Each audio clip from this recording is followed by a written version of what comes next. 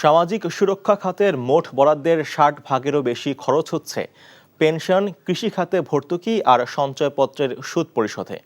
এরপর দরিদ্র জনগোষ্ঠীর জীবনমান উন্নয়নে বাকি যা বরাদ্দ থাকে সেখানেও রয়েছে নানা অনিয়মের অভিযোগ, যার ফলে সুবিধাবঞ্চিত মানুষের কাছে ঠিকভাবে পৌঁছাচ্ছে না সুরক্ষা খাতের বরাদ্দ।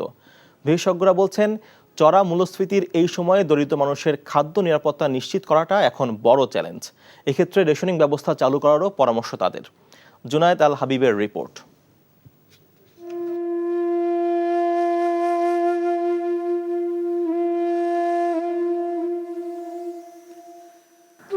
নুরি বেগম, বয়স ৮০ ছুঁই ছুঁই, নেই কোনো স্থায়ী ঠিকানা। অতিথি পাখির মতো কাটিয়ে দিয়েছেন জীবনের ৮টি দশক।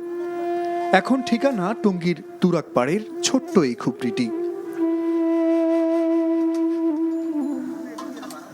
জীবন প্রদীপ নিভু প্রায় নুরি বেগমের এখনো অপেক্ষা মৃত্যুর আগে পাবেন একটু মাথা গোজার ঠাঁই।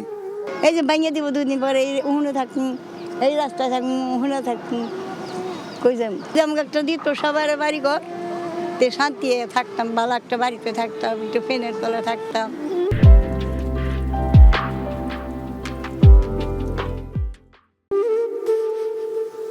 হীরা বেগমের গল্পটা আরও করুন।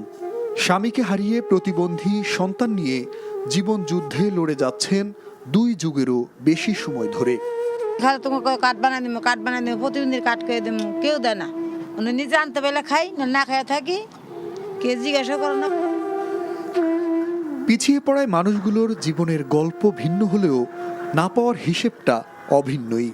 অথচ দরিদ্র জনগোষ্ঠীর জীবনমান উন্নয়নে সরকার প্রতি বছর বরাদ্দ দিচ্ছে হাজার হাজার কোটি টাকা। ওই জায়গায় ছিলাম, মেঘের বাড়ি খাইয়া, মেঘের চুবান খাইয়া 2 বার বরাবর এই জায়গায় আছি। যদি পুনর্বাসন না হয় তাহলে এইভাবে পানিতে আমরা কতদিন বাস করব, কতদিন এভাবে জলে ডুববো, জলে বাসবো। চলতি অর্থবছরে সামাজিক নিরাপত্তা খাতে সরকারের বরাদ্দ 1,26,272 কোটি টাকা থাকলেও এখানেও রয়েছে শুভঙ্করের ফাঁকি। এর বড় অংশ চলে যাচ্ছে অবসরপ্রাপ্ত সরকারি কর্মকর্তা কর্মচারীদের পেনশন, কৃষিতে ভর্তুকি আর সঞ্চয়পত্রের সুদের জন্য।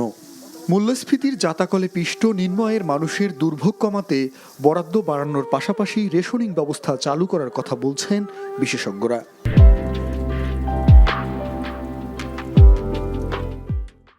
উচ্চ মূল্যস্ফীতিতে স্বল্প আয়ের মানুষ, নিম্ন আয়ের মানুষের উপরে একটা নেতিবাচক প্রভাব পড়েছে, তাদের ক্রয় ক্ষমতার ইরোশন হয়েছে। সেদিক থেকে আমার মনে হয় যে সেখানে বরাদ্দটা তুলনামূলকভাবে বেশি রাখা।